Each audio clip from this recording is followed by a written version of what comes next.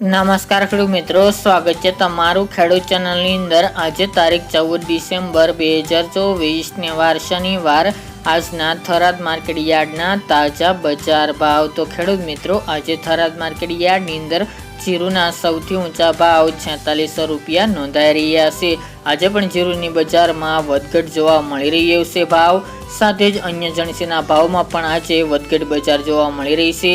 તો ચાલો આપણે જાણી લઈએ કે આજે રાયડો, જીરું અને અજમાના ભાવ શું ચાલી રહ્યા હતા।